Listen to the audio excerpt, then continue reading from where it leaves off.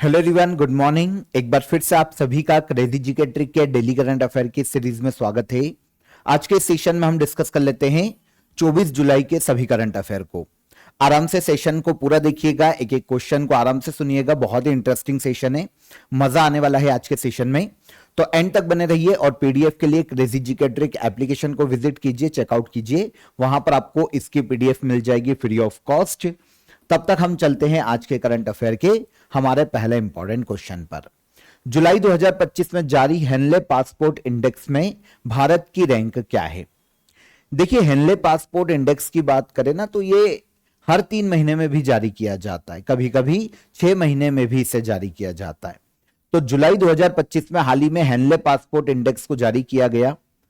भारत की रैंक की बात करें इस इंडेक्स में तो जुलाई 2025 के इस इंडेक्स में भारत को 77वें रैंक पर रखा गया है। अच्छा, इंडेक्स क्या है, किस आधार पर जारी किया जाता है, इसकी बात करें तो किसी भी देश का पासपोर्ट कितना ज्यादा पावरफुल है, इस आधार पर हेनले पासपोर्ट इंडेक्स को निकाला जाता है। अब पावरफुल किस आधार पर, तो किसी भी देश के पासपोर्ट से बिना वीजा या वीजा ऑन अराइवल कितने देशों में फ्री यात्रा की फैसिलिटी है। फ्री यात्रा मींस बिना वीजा या वीजा फ्री या वीजा ऑन अराइवल, ठीक है ना।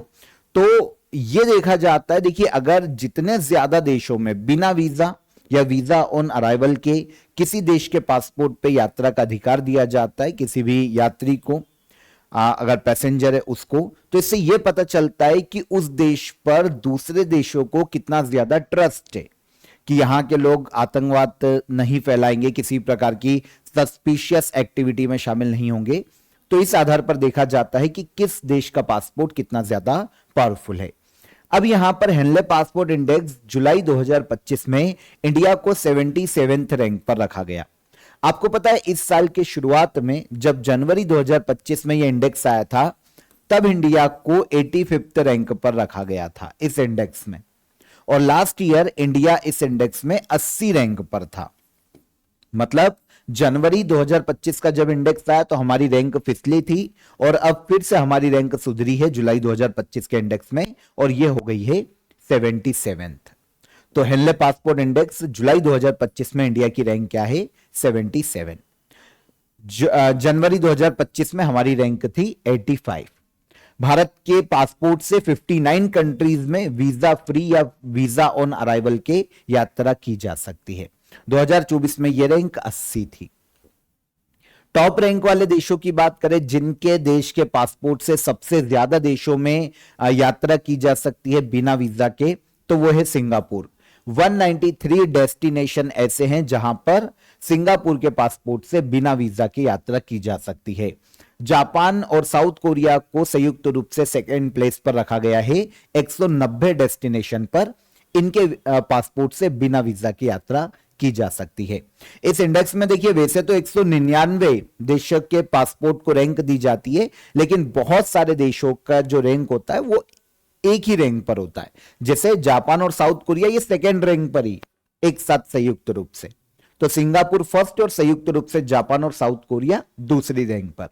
इसी तरीके से जो सबसे आखिरी रैंक बनी ना वो 99 है अफगानिस्तान की, क्योंकि बहुत सारे देश सेम रैंक पर है। तो 99 रैंक पर सबसे आखिरी रैंक पर है अफगानिस्तान, जिसके पासपोर्ट से 25 देशों में वीजा फ्री या वीजा ऑन अराइवल के आधार पर यात्रा की जा सकती है। ठीक है, इंडिया की नेबर कंट्री की रैंक क्या रही, तो पाकिस्तान 96 रैंक पर रहा, नेपाल 95, अफगानिस्तान 99, बांग्लादेश 94, श्रीलंका 91वीं रैंक पर रहा, भूटान 84 और चाइना रहा 66वीं रैंक पर। ठीक है, अफगानिस्तान, बांग्लादेश, पाकिस्तान, इनसे तो हम यही उम्मीद करते हैं कि इनके देश के पासपोर्ट से बहुत कम देश होंगे जो कि बिना वीजा के इनको यात्रा करने दें। ठीक है, तो Henley passport index Henley and partners नाम की एक एडवाइजरी फर्म है ब्रिटिश, इसके द्वारा जारी किया जाता है और 2005 में इसे शुरू किया गया था। इंडेक्स का आधार क्या है निकाले जाने का वो मैं आपको बता चुका हूं कि किस आधार पर इसे जारी किया जाता है। 2025 जनवरी में रैंक में फर्स्ट पर सिंगापुर ही था, सेकेंड रैंक पर जापान ही था। हाल ही में शुरू किया गया भारत एनसीएक्स 2025 क्या है? भारत एनसीएक्स एक्सरसाइज की बात करें तो ये एक राष्ट्रीय साइबर सुरक्षा अभ्यास है। नेशनल साइबर सिक्योरिटी एक्सरसाइज है भारत एनसीएक्स 2025 के नाम से। और इस बार ये दूसरा एडिशन है साइबर सिक्योरिटी एक्सरसाइज का। सेकेंड एडिशन है, 21 जुलाई को ये शुरू हुआ था और 1 अगस्त तक इसका आयोजन किया जा रहा है। फर्स्ट एडिशन 2024 में आयोजित किया गया था। अभी जो भारत एनसीएक्स 2025 एक्सरसाइज आयोजित की गई उसका inauguration deputy national security adviser TV Ravichandran के द्वारा किया गया। इंडियन गवर्नमेंट के तहत नेशनल सिक्योरिटी काउंसिल जो सचिवालय है उसके द्वारा इसका आयोजन किया जाता है। तो 2024 से ही शुरू किया गया इस प्रकार के अभ्यास को, क्योंकि देखिए साइबर सिक्योरिटी को लेकर काफी थ्रेट है हमारे लिए। अभी हमने इंडिया पाकिस्तान वॉर में भी देखा, पाकिस्तान ने कहा कि हमने सारे कंप्यूटर उड़ा दिए, इंडिया के बड़े बड़े संस्थानों के साइबर अटैक किया है हमने। तो बहुत जरूरी हो जाता है कि इन फ्यूचर ऐसे देशों को हम कंट्रोल करें और हमारे यहां पर साइबर सिक्योरिटी पर हम ध्यान दें। तो 2024 से ही हमने इस प्रकार के प्रयास शुरू कर दिए थे, इस प्रकार की एक्सरसाइज को कंडक्ट कराया था। तो ये नेशनल लेवल पर साइबर सिक्योरिटी एक्सरसाइज है जिसे नाम दिया गया भारत एनसीएक्स। 2024 में पहला एडिशन और 2025 में दूसरा एडिशन। इस बार जो मेन प्रोग्राम है, वैसे तो पूरे इंडिया में आयोजित किए जा रहे हैं, लेकिन जो मुख्य आयोजन है राष्ट्रीय रक्षा यूनिवर्सिटी गुजरात में किया जा रहा है। इस एक्सरसाइज के तहत किया जाएगा, भारत में साइबर सिक्योरिटी को लेकर डिफेंस को बढ़ाने में मदद की जाएगी। जगह जगह पर प्रोग्राम आयोजित किए जाएंगे। जितने भी इंस्टीट्यूशन हैं, जितने भी ऐसे संस्थान हैं, उनको बताया जाएगा कि साइबर हमलों से आपको कैसे प्रिपेयर रहना है, कैसे आपको साइबर हमले की कंडीशन में आपको क्या क्या चीजें अपनानी चाहिए, किन चीजों का ध्यान रखना चाहिए। भारत में साइबर सिक्योरिटी के बारे में लोगों को अवेयर करना कि अपने जितने भी डेटा है वो आप अलग से सेव करके रखें, ताकि अगर कभी साइबर अटैक होता है तो हमारी जो फॉर्मल इंफॉर्मेशन है या स्पेशल इंफॉर्मेशन है वो कहीं भी इधर उधर ना जाए और नष्ट ना हो। तो इस तरीके से लोगों को अवेयर करना इस एक्सरसाइज का मुख्य उद्देश्य है। आयोजन करवाने वाला नेशनल सिक्योरिटी काउंसिल सचिवालय है। ओके, नेशनल सिक्योरिटी काउंसिल की पॉलिसीज और डिसीजन को लागू करता है यह सचिवालय। राष्ट्रीय सुरक्षा सलाहकार द्वारा ऑपरेट किया जाता है इस सचिवालय को। वर्तमान में हमारे राष्ट्रीय सुरक्षा सलाहकार कौन है? अजित डोभाल, है ना। नेशनल सिक्योरिटी काउंसिल एक एडवाइजरी बॉडी है इंडिया में, नेशनल सिक्योरिटी और फॉरेन पॉलिसी से रिलेटेड एडवाइस देती है। प्राइम मिनिस्टर जो हमारे अटल बिहारी वाजपेयी थे उनके द्वारा इसका गठन किया गया था और पहले नेशनल सिक्योरिटी एडवाइजर का पद बनाया गया, तब इसे ज्वाइन किया था ब्रजेश मिश्रा ने। ठीक है, ये भारत के 1998 से 2004 तक पहले नेशनल सिक्योरिटी एडवाइजर रहे थे। अभी इस पद पर अजित डोभाल हैं। 1998 में यह नेशनल सिक्योरिटी काउंसिल का गठन किया गया और नई दिल्ली में इसका हेडक्वार्टर है। इसी के सचिवालय के द्वारा अभ्यास का भी आयोजन किया गया, सेकेंड एडिशन। आगे बढ़ने से पहले आपको ऑफर ऑफ द डे यहां पर बता देता हूं। तो आप सभी के लिए इंडियन इकोनॉमिक्स का आप कोर्स ज्वाइन कर सकते हैं, क्योंकि देखिए एसएससी सीजीएल हो, एसएससी सीएचएसएल हो, स्टेट की अदर एग्जाम हो, वनडे एग्जाम हो, और स्पेशली जो सिविल सर्विसेज की एग्जाम है वहां पर इकोनॉमिक्स के आपको काफी क्वेश्चन पूछे जाते हैं। तो बाइलिंगुअल इस कोर्स को आप ज्वाइन कर सकते हैं। रिकॉर्डेड क्लासेस है आपके लिए, आपको हर टॉपिक का पीडीएफ आपके कोर्स में ही अवेलेबल होगा और साथ ही साथ आप मॉक टेस्ट भी लगा पाएंगे। और किसी भी प्रकार की आपको गाइडेंस चाहिए तो हमारे सारे फैकल्टी आपके लिए अवेलेबल है गाइडेंस के लिए। तो आप इस कोर्स को ज्वाइन कर सकते हैं। कोई भी आपको हर्डल है, कोई भी आपकी क्वेरी है तो आप हेल्पलाइन नंबर पर भी कॉल कर सकते हैं। और एप्लीकेशन को तो चेकआउट कीजिएगा ही, क्योंकि डेली करंट अफेयर की पीडीएफ आपको एप्लीकेशन पर ही मिलेगी। तो विजिट कीजिए एप्लीकेशन को, नीचे डिस्क्रिप्शन में लिंक है। आप इंडियन इकोनॉमिक्स के कोर्स को ज्वाइन कर सकते हैं काफी अफोर्डेबल प्राइस में।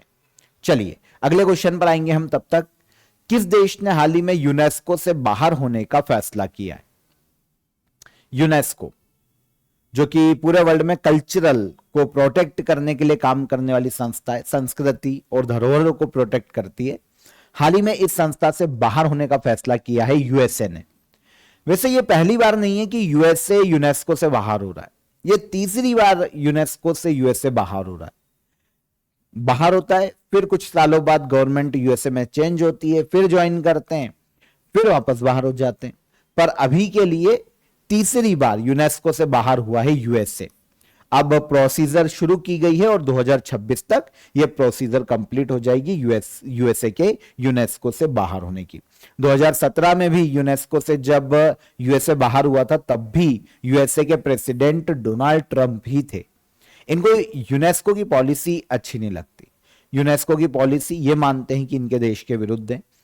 इनका कहना है कि एक तो जो यूनेस्को है वो बायस है बहुत ज्यादा, यूएसए के अगेंस्ट इसकी सारी पॉलिसी है, यूएसए के अगेंस्ट पॉलिसीज को ये प्रमोट करता है और इसके अलावा ये एंटी इजराइल पॉलिसी को भी प्रोटेक्ट करता है, मतलब जो इजराइल के खिलाफ है। और हम सभी जानते हैं यूएसए का हाथ है इजराइल के ऊपर, तो एंटी इजराइल पॉलिसी का भी इस पर आरोप है यूनेस्को पर। तो जो आइडियोलॉजिकल डिफरेंसेस है यूएसए और यूनेस्को के कारण, इसीलिए यूएसए यूनेस्को से अभी के लिए बाहर हुआ है। इसके पहले 1984 में पहली बार यूएसए यूनेस्को से बाहर हुआ था, 2017 में फिर बाहर हुआ और अब 2025 में अनाउंसमेंट हुआ है 2026 तक ये पूरी प्रोसीजर कंप्लीट हो जाएगी यूनेस्को से बाहर निकलने की। यूनेस्को के बारे में आप जानते हैं, United Nation educational, scientific and cultural organisation के नाम से यूनेस्को को जाना जाता है। देशों के बीच education, science, cultural communication, cooperation को बढ़ावा देना और वर्ल्ड हेरिटेज साइट घोषित करना, क्योंकि हेरिटेज साइट को प्रोटेक्ट करना इनको, ये सारे काम यूनेस्को के द्वारा किए जाते हैं। 16 नवंबर 1945 को स्थापना की गई। फ्रांस के पेरिस में इसका हेडक्वार्टर है। 194 मेंबर कंट्रीज देखने को मिलती है और आंद्रे अंजोलो वर्तमान में करंट डायरेक्टर हैं किसके? यूनेस्को के। ठीक है, चलिए आगे चलेंगे हम। वन टाइम रेगुलराइजेशन स्कीम 2025 कहां लॉन्च की गई? वन टाइम रेगुलराइजेशन स्कीम 2025 को लॉन्च करने का श्रेय दिया जाता है पुडुचेरी को या पौंडीचेरी को, एक यूनियन टेरिटरी है इंडिया की। इन्होंने इस स्कीम को हाल ही में लॉन्च किया। पौंडीचेरी के सीएम एन रंगासामी, इन्होंने इस स्कीम को लॉन्च किया है यूनियन टेरिटरी पौंडीचेरी में। देखिए उद्देश्य क्या है, अगर हम वन टाइम रेगुलराइजेशन स्कीम 2025 की बात करें तो पौंडीचेरी में जितने भी हाउस हैं जो कि अवैध बने हुए हैं या फिर बिना अनुमति के बने थे, एक टाइम पीरियड डिसाइड किया गया है 1 मई 1987 से लेकर 16 जुलाई 2025 के बीच में। ऐसे जितने भी निर्माण है जो कि अवैध है या बिना अनुमति के, अगर उनको परमानेंट अनुमति चाहिए, उनको लीगलाइज होना है, तो वो हाउस ओनर ऑनलाइन इसके लिए अप्लाई करे। हाउस को लीगल करने के लिए एक फिक्स्ड फीस यहां पर ली जाएगी। ओके, समय समय पर उसका रिन्यू करवाना पड़ेगा और इस आधार पर जो ऐसे निर्माण है जो कि अभी तक ऐसी कॉलोनी से जो कि अवैध है उनको लीगलाइज किया जाएगा, उन घरों को लीगलाइज किया जाएगा। तो पौंडीचेरी की बहुत कम स्कीम्स आती है, तो यहां पर हमने उठा ली इसको क्योंकि बहुत कम हमें पौंडीचेरी न्यूज में देखने को मिलता है। बहुत ही डिसेंट सा यूनियन टेरिटरी है पौंडीचेरी, है ना। विदेशी लोग काफी रहते हैं यहाँ पर, फ्रांसीसी हमें यहाँ पर देखने को मिल जाते हैं ना, पोर्चुगीज देखने को मिल जाते हैं, तो काफी विदेशी रहते हैं। बहुत शांत एरिया है, तो फिर यहाँ की न्यूज हमको कम ही सुनने को मिलती है। आपको स्कीम मिली है तो हमने इसको कवर किया है। वन टाइम रेगुलराइजेशन स्कीम किसकी है? पौंडीचेरी की। ठीक है, क्या किया जाएगा? इलीगल निर्माणों को लीगल किया जाएगा, प्रॉपर्टी बेच खरीदने में आसानी होगी, गवर्नमेंट बेसिक फैसिलिटी दे पाएगी, क्योंकि भाई अब जब लीगलाइज होगी तब तो फिर नल कनेक्शन, बिजली के कनेक्शन और अदर सीवरेज वगैरह की व्यवस्था की जा पाएगी। और इलीगल बिल्डिंग को, जो पहले इलीगल थी और उनको तोड़ने की प्रोसेस चल रही थी, उनको यहां पर थोड़ा सेव किया जा सकता है, उनकी सुरक्षा की जा सकती है। लेकिन यहां पर बहुत सारी सरकमस्टांसेस है, बहुत सारी चीजें हैं अलग अलग लेकर, कुछ फीस यहां पर गवर्नमेंट लेगी, काफी सारे ऑथराइजेशन लगेंगे गवर्नमेंट के इनको, और समय समय पर रिन्यू करवाना पड़ेगा, तो बहुत सारी चीजें अदर भी है। पौंडीचेरी एक यूनियन टेरिटरी है, 4 टेरिटरीज जो कि अलग अलग तटों पर दोनों तरफ देखने को मिलता है दक्षिण भारत में, वहां पर इनके अलग अलग क्षेत्र देखने को मिलते हैं। लेफ्टिनेंट गवर्नर के कैलाश नाथन है, एन रंगास्वामी यहाँ के सीएम है। यहां पर विधानसभा की सीटें हैं 33, ऐसी यूनियन टेरिटरी जिसमें विधानसभा है 33 सीटें, राज्यसभा लोकसभा की एक एक सीटें पौंडीचेरी में देखने को मिलती है। आगे आइए, हाल ही में जज यशवंत वर्मा के निष्कासन के लिए एक मोशन प्रस्तुत किया गया पार्लियामेंट में। उच्च न्यायालय के न्यायाधीश को हटाने की प्रक्रिया भारतीय संविधान के किस अनुच्छेद में दी गई है? आपको पता है एक हाईकोर्ट के जज हैं जिनका नाम है यशवंत वर्मा। काफी न्यूज में थे, इनके घर में जले हुए नोट मिले थे। एक्चुअल में हुआ क्या था कि इनके घर में आग लग गई थी, तो इस वक्त ये बाहर थे, जहां पर भी रहते होंगे ये गवर्नमेंट बंगला या जहां पर भी, तो इनके घर में क्या आग लग गई। वैसे जब आग लगी ना तो ये घर से बाहर थे। अब आग लगी तो वहां पर जब फायर ब्रिगेड आग बुझाने पहुंची तो इनके घर में काफी सारा कैश मिला जला हुआ। तो उसके कारण, क्योंकि कुछ आरोप है करप्शन के इनके ऊपर, तो यशवंत वर्मा के खिलाफ काफी बातें बोली गई, काफी चीजें चली। जो हमारे वाइस प्रेसिडेंट थे जगदीप धनखड़, उन्होंने भी कहा था, क्योंकि 1-2 महीने तक इन पर एफआईआर भी नहीं हुई, तो उन्होंने भी कहा था कि भाई जुडिशरी कितना धीरे काम कर रही है और कौन बचाना चाह रहा है ना। अगर उनके घर कैश मिला है तो उसकी जांच होनी चाहिए, सिंपल सी चीज है ना, कि कहीं भ्रष्टाचार या करप्शन में तो इन्वॉल्व नहीं है। ऐसा नहीं कहा गया कि भाई ये प्रूफ ही हो गया है, लेकिन जांच तो होनी चाहिए अगर किसी के घर में मिला है। तो इन सारी चीजों पर पिछले 4-5 महीने में काफी इन पे बात हुई। अब फाइनली यशवंत वर्मा के निष्कासन के लिए एक मोशन प्रस्तुत किया गया है पार्लियामेंट में। यह हटाने से संबंधित है, हाईकोर्ट के जज को हटाने की संविधान में प्रोसेस है। अब यहां पर क्वेश्चन यही है कि हाईकोर्ट के न्यायाधीश को हटाने की प्रक्रिया संविधान के किस आर्टिकल में उल्लेखित है? तो यह हमको देखने को मिलेगी आर्टिकल 218 में। न्यायाधीश, हाईकोर्ट के न्यायाधीशों की नियुक्ति आर्टिकल 217 में है और उनको पद से हटाने की प्रोसीजर आर्टिकल 218 में देखने को मिलती है। देखिए अभी क्या हुआ, जो मोशन सबमिट किया गया ना पार्लियामेंट में, उस पर लोकसभा के 145 एमपीज ने और राज्यसभा के 63 एमपीज ने साइन किया कि इनके खिलाफ हटाने के लिए रिमूवल प्रोसीजर शुरू की जाए।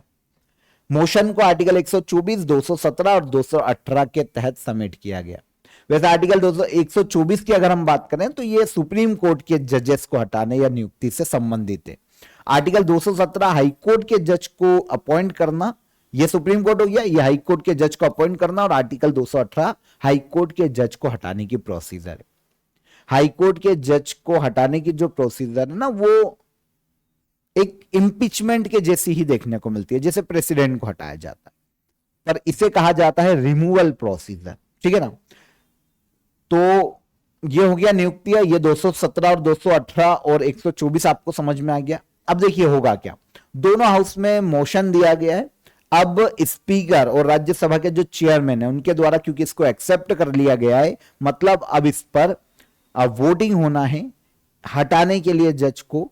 अभी 3 सदस्यीय जांच कमेटी का गठन किया जाएगा सबसे पहले, क्योंकि देखिए एक्सेप्ट तो हो चुका है कि भाई इनको हटाने के लिए प्रोसीजर शुरू की जाए। तो अब ये किया जाएगा सबसे पहले स्टेज की 3 सदस्यीय जांच कमेटी बनाई जाएगी।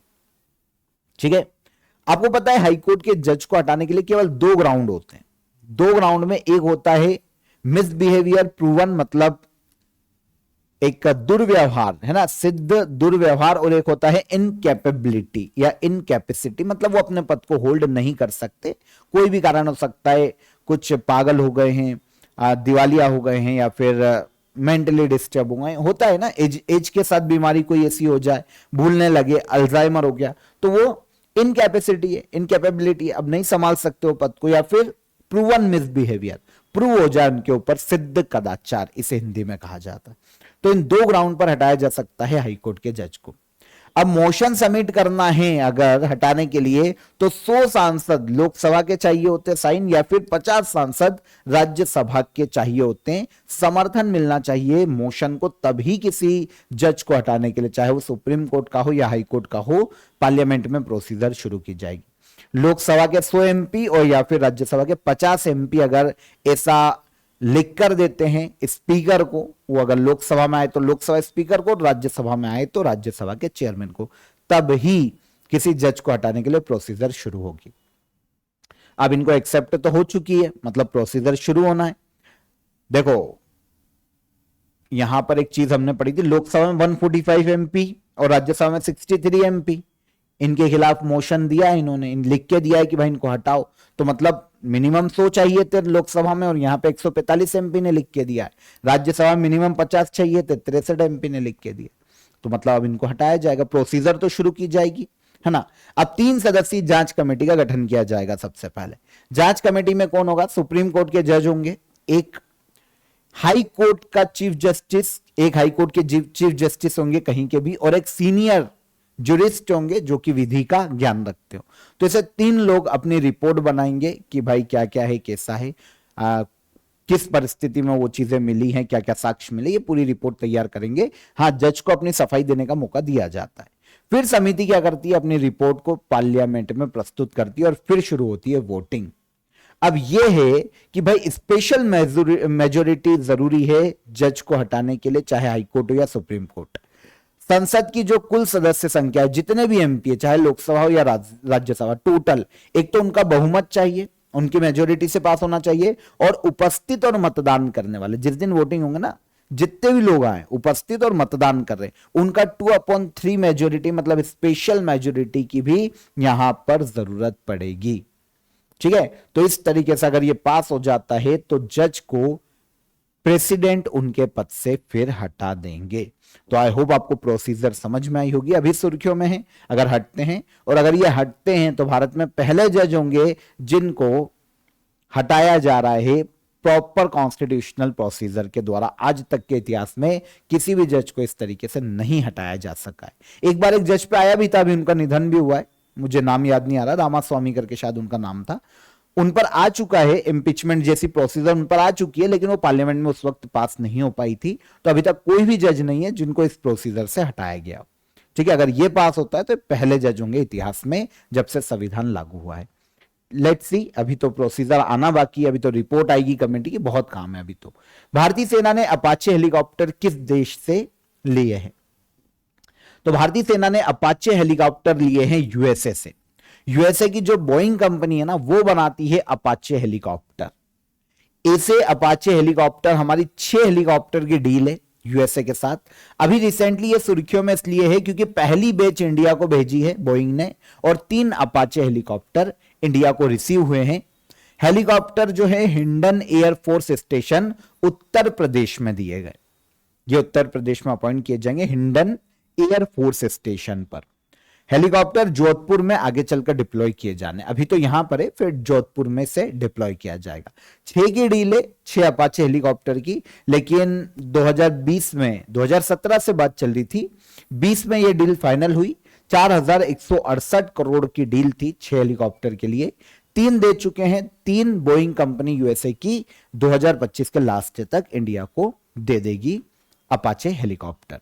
ठीक है, एक अटैक हेलीकॉप्टर है, बोइंग के द्वारा इसे बनाया जाता है। 2 क्रू इसमें रहते हैं, एक पायलट और एक को पायलट रहते हैं। 300 किलोमीटर पर आवर की स्पीड से उड़ सकता है, और एक बार में जो रेंज है वो 500 किलोमीटर, एक फ्यूल में 500 किलोमीटर की रेंज तक ये जा सकता है। हवा में लड़ाई के समय 2.5 घंटे तक ये हवा में उड़ सकता है एक बार में।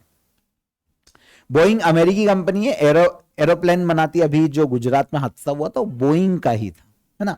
तो एरोप्लेन बनाती है, रॉकेट, सैटेलाइट, मिसाइल, काफी चीजें बनाती है। 1916 में इसकी स्थापना हुई थी, और वर्जीनिया यूएसए में इसका हेडक्वार्टर देखने को मिलता है। बोइंग के फाउंडर वगैरह तो हमसे नहीं पूछे जाने वाले, पर इसका हेडक्वार्टर वर्जीनिया यूएसए में है, ये हमको याद रखना चाहिए। भारतीय वायुसेना किस विमान को सितंबर 2024 तक रिटायर कर देगी? तो इंडियन एयरफोर्स एक विमान है, उसे उड़ता हुआ ताबूत कहा जाता है क्योंकि बहुत एक्सीडेंट होते हैं। हमारे सबसे ज्यादा जो एयरफोर्स के हमारे जो पायलट मरते हैं ना, वो इसी एक विमान के कारण मरते हैं, और यह है MiG-21। ये काफी देशों के पास था, सोवियत यूनियन से हमने लिया है, काफी देशों के पास था, लेकिन सभी देशों ने धीरे धीरे से रिटायर कर दिया, हम ही यूज कर रहे थे अभी तक। अब हमने भी फाइनली डिसाइड किया कि सितंबर 2025 तक हम सारे MiG-21 को रिटायर कर देंगे अपनी एयरफोर्स से, और MiG-21 की जगह पर जो हम इंक्लूड करेंगे वो होगा तेजस MK-1A फाइटर जेट। ये भारत में ही निर्मित किए गए तेजस MK-1A फाइटर जेट। तो MiG-21 एयरक्राफ्ट को ये रिप्लेस करेगा। अभी 19 सितंबर को MiG-21 एयरक्राफ्ट को रिटायर करने के लिए फेयरवेल सेरेमनी का आयोजन किया जाने वाला है इंडियन एयरफोर्स की। ठीक है, जो हमारी इंडियन एयरफोर्स की नंबर 23 स्क्वाड्रन है, जिसे पैंथर के नाम से जाना जाता है, ये आखिरी बार MiG-21 एयरक्राफ्ट को उड़ाएगी फेयरवेल सेरेमनी में, और उसके बाद इसको खत्म कर दिया जाएगा। और पूरी तरीके से डिसमेंटल कर दिया जाएगा। अभी भारत के पास 36 मिग-21 प्लेन्स है जिन्हें रिटायर करना है हमको, ठीक है, 36 है। अब ये बार बार राजस्थान में अधिकतर मिग-21 की घटनाएं होती, गिर जाते हैं हमारे, काफी पायलट इसमें मरते भी हैं। आपको पता है ये 4.5 जनरेशन के विमान है, 5th जनरेशन के हमारे पास विमान अभी तक आए नहीं है, ना ही हम बना पाए हैं। 4th जनरेशन से ऊपर के हमने निर्मित कर लिए हैं 4.5 जनरेशन के। तो ये मिग भी 4.5 जनरेशन का था, सोवियत संघ ने हमको दिया था। ये बहुत अच्छी चीज है क्योंकि सोवियत संघ के साथ हमारे काफी रिलेशन रहे, तो सोवियत संघ ने दिया था। अब हम अपने स्वदेशी रूप से निर्मित तेजस MK-1A फाइटर जेट्स का यहां पर यूज करेंगे।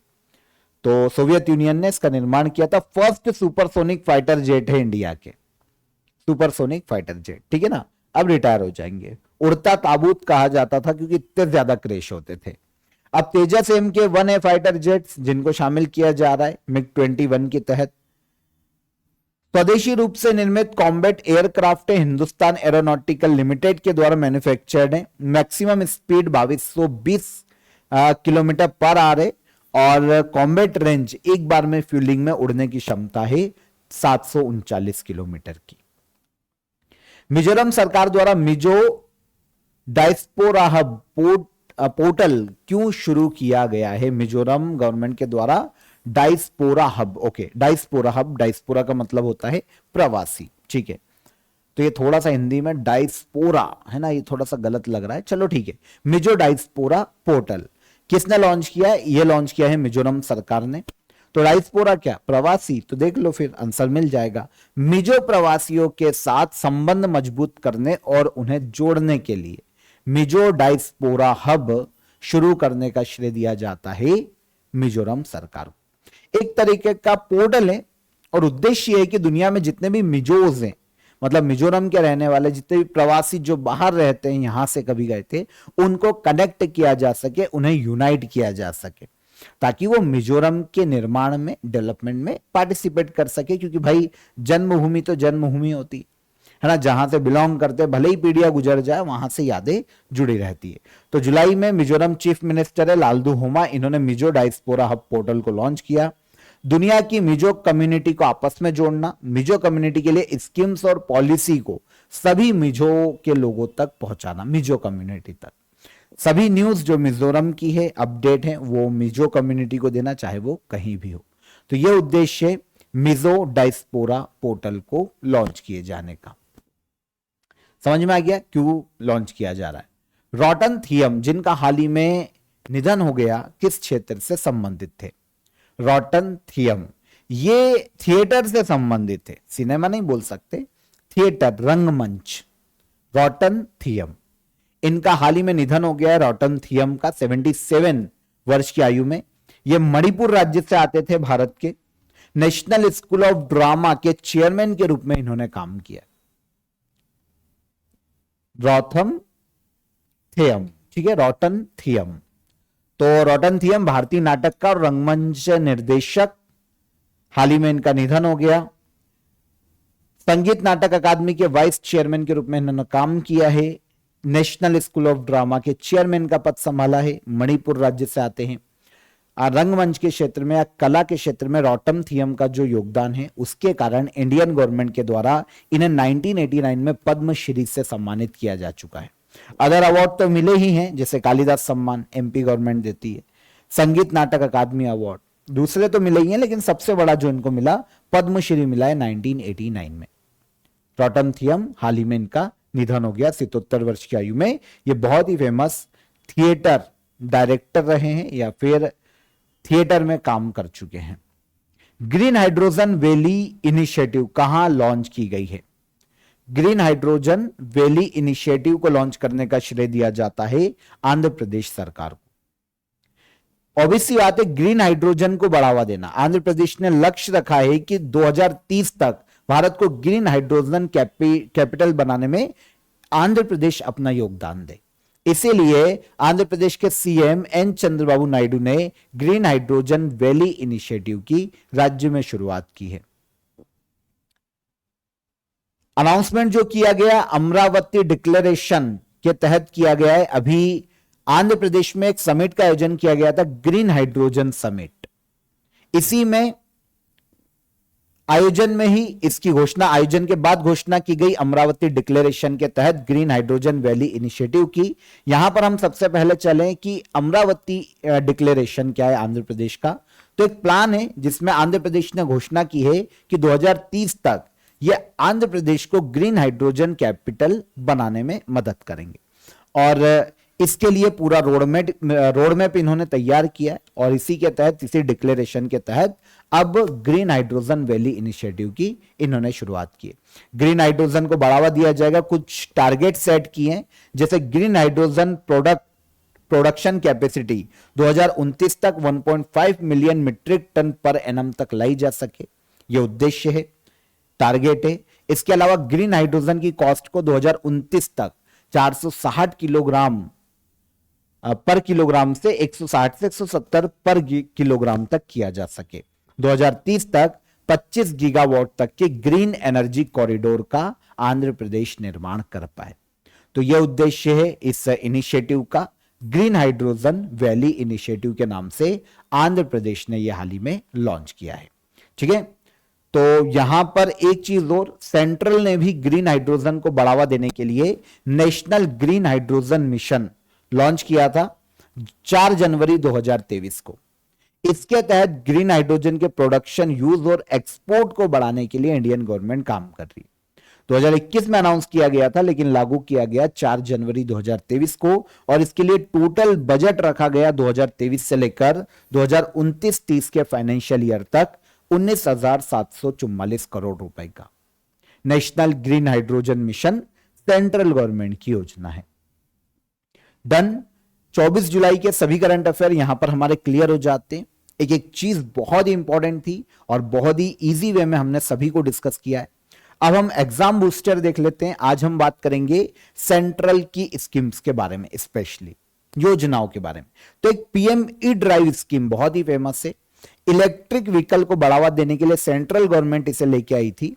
हाल ही में पीएम ई ड्राइव योजना के तहत हरित लॉजिस्टिक को बढ़ावा देने के लिए, ग्रीन लॉजिस्टिक को बढ़ावा देने के लिए पहला इलेक्ट्रिक ट्रक प्रोत्साहन प्रोग्राम शुरू किया गया है सेंट्रल गवर्नमेंट के द्वारा।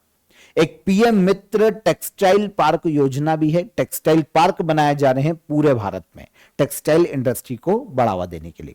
इंडिया स्किल एक्सीलरेटर, इसकी बात करें तो युवाओं को नौकरी के लिए तैयार करना और उन्हें स्किल से सिखाना, इसका मुख्य उद्देश्य है।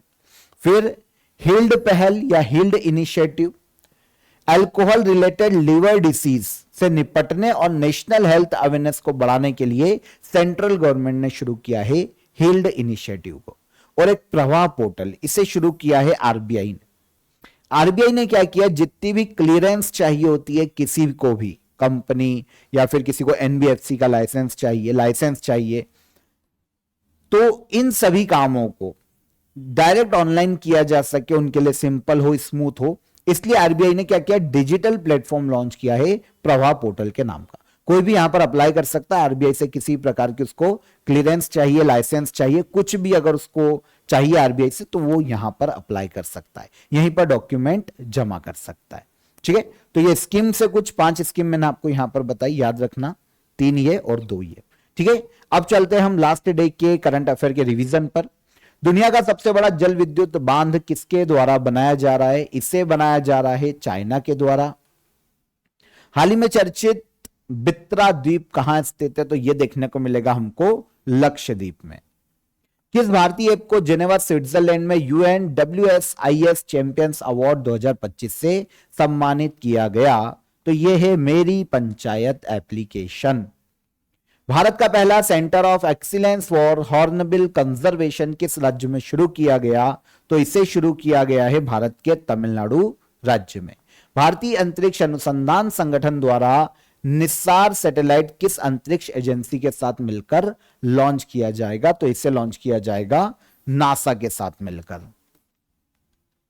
2025 शतरंज विश्व कप का आयोजन कहां किया जाएगा? तो इसका आयोजन किया जाएगा इंडिया में। विश्व मस्तिष्क स्वास्थ्य दिवस हर साल कब मनाया जाता है? तो यह मनाया जाता है कब? 22 जुलाई को। भारत का पहला खनन पर्यटन प्रोजेक्ट कहां शुरू किया जाएगा? तो इसे शुरू किया जाएगा झारखंड राज्य में। उपराष्ट्रपति जगदीप धनखड़ ने अपने पद से इस्तीफा दे दिया। संविधान के अनुसार उपराष्ट्रपति के चुनाव में कौन पार्टिसिपेट नहीं करता? तो स्टेट लेजिस्लेटिव असेंबली पार्टिसिपेट नहीं करती है। 101 वर्ष की आयु में वीएस अच्युतानंदन का निधन हो गया। वे किस राज्य के सीएम रह चुके हैं? तो ये केरला के सीएम रह चुके हैं पहले, हाल ही में इनका निधन हो गया। ये सारे करंट अफेयर कल के सेशन के हमारे यहां पर कवर हो जाते हैं। अब हम बात कर लेते हैं हमारे क्वेश्चन ऑफ द डे के आंसर की। भारतीय संविधान की प्रस्तावना में धर्मनिरपेक्ष शब्द किस संशोधन द्वारा जोड़ा गया? तो यह 42 अमेंडमेंट एक्ट 1976 के तहत जोड़ा गया था। ध्वनि की पिच किस पर निर्भर करती है? तो यह फ्रीक्वेंसी पर निर्भर करती है। और मानव शरीर का कौन सा अंग यूरिया को रक्त से अलग करता है? तो यह है किडनी। ये हो गए हमारे तीनों क्वेश्चन के आंसर। बिल्कुल सही आंसर आए सभी के। यहां पर हमने कलेक्ट किया है अंतरा और अभिषेक कुमार के कमेंट को। बिल्कुल सही आंसर है आप सभी के। 42 अमेंडमेंट एक्ट 1976, सेकेंड का फ्रीक्वेंसी और थर्ड का किडनी। अब आज के क्वेश्चन ऑफ द डे देख लीजिए, कमेंट में आंसर कीजिएगा। भारत के सबसे पहले सेंसेक्स कब शुरू किया गया था? भारत में किसी वस्तु का भार पृथ्वी पर सबसे ज्यादा या सर्वाधिक कहां होता है? और भारतीय संविधान के किस अनुच्छेद में संवैधानिक उपचार का अधिकार, राइट टू कॉन्स्टिट्यूशनल रेमेडीज, का उल्लेख किया गया है? तीनों क्वेश्चन इंपॉर्टेंट है, कमेंट में आंसर जरूर कीजिएगा। सेशन कैसा लगा ये भी बताइए। पसंद आया हो तो लाइक और शेयर कर दीजिए। चैनल पर पहली बार आए हैं तो चैनल को सब्सक्राइब कर लीजिए। चेकआउट कीजिए एप्लीकेशन को, बहुत ही इंपॉर्टेंट कोर्सेस आपको वहां पर देखने को मिल जाएंगे, एग्जाम ओरिएंटेड, आपके एग्जाम में काम आएंगे। चेकआउट जरूर कीजिएगा। एप्लीकेशन की लिंक भी डिस्क्रिप्शन में है या फिर प्ले स्टोर से आप डाउनलोड कर लीजिए। चलिए कल फिर मुलाकात करेंगे नेक्स्ट डे के करंट अफेयर में। ख्याल रखिए तब तक अपना। जय हिंद, जय भारत, खुश रहिए।